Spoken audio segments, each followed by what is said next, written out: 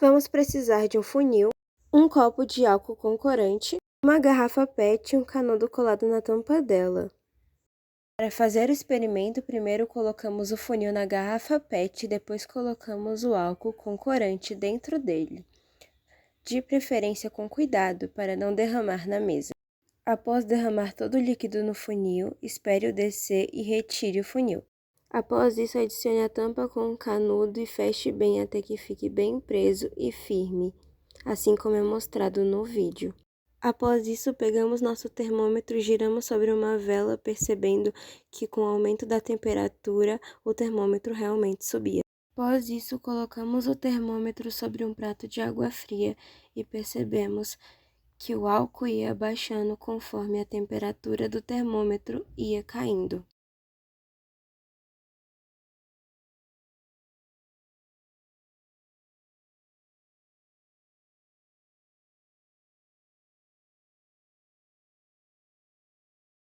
Também colocamos ele no sol, percebendo que a temperatura do termômetro também ia aumentando com o calor do sol. Agora vamos explicar por que isso acontece e alguns conceitos sobre o assunto. Ele funciona por causa de um fator chamado dilatação térmica. Quando a garrafa é aquecida, o calor faz as moléculas do álcool se agitarem, assim ocupando mais espaço. E quando a garrafa é colocada em água fria, faz as moléculas se moverem bem devagar, fazendo assim que ela ocupe menos espaço e se contraiam. As moléculas são divididas nas fases sólido, líquido e gasoso. No estado sólido, a agitação das moléculas é muito baixa, fazendo com que as moléculas fiquem praticamente paradas. Sua separação é muito próxima, quase coladas umas com as outras. E elas são assim porque elas se organizam juntinhas, dando ao sólido uma aparência mais volumosa e fixa. Já no líquido, sua agitação é média e as moléculas se movem mais do que os sólidos, mas ainda estão ligadas. Sua separação é moderada, fica mais afastada, mas ainda próximas.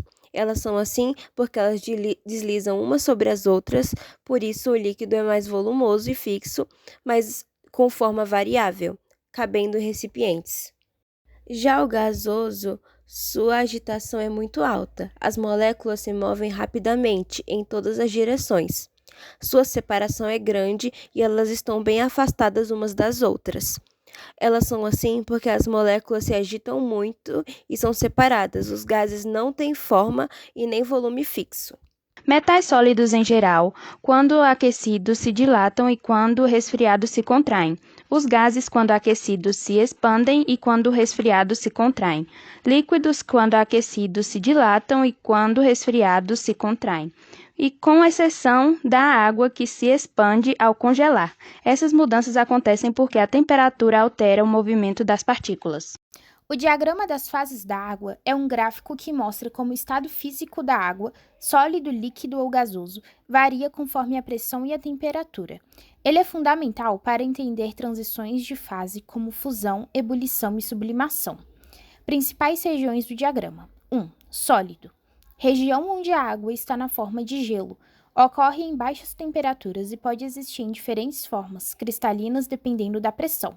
2. Líquido. A água líquida existe em temperaturas e pressões moderadas. O limite superior dessa região é a linha de ebulição. 3. Gasoso. Região onde a água está em forma de vapor. Acima do ponto crítico, a distinção entre líquido e gás desaparece, formando fluido supercrítico. Curvas importantes. Linha de fusão. Separa sólido e líquido, mostrando como o ponto de fusão varia com a pressão. Linha de vaporização. Separa líquido e vapor, mostrando o ponto de ebulição em diferentes pressões. Linha de sublimação. Separa sólido e gás, indicando condições em que o gelo sublima diretamente para vapor. Esse diagrama explica fenômenos naturais, como a fervura da água e a temperaturas mais baixas em altitudes elevadas e a sublimação do gelo seco. O calor sensível é o calor que provoca uma variação de temperatura em uma substância, sem mudar seu estado físico. Ele é calculado por quantidade igual massa de uma substância vezes calor específico vezes variação de tempo. O calor latente é o calor que causa mudança de estado físico, como de sólido para líquido ou de líquido para gás, sem alterar a temperatura da substância.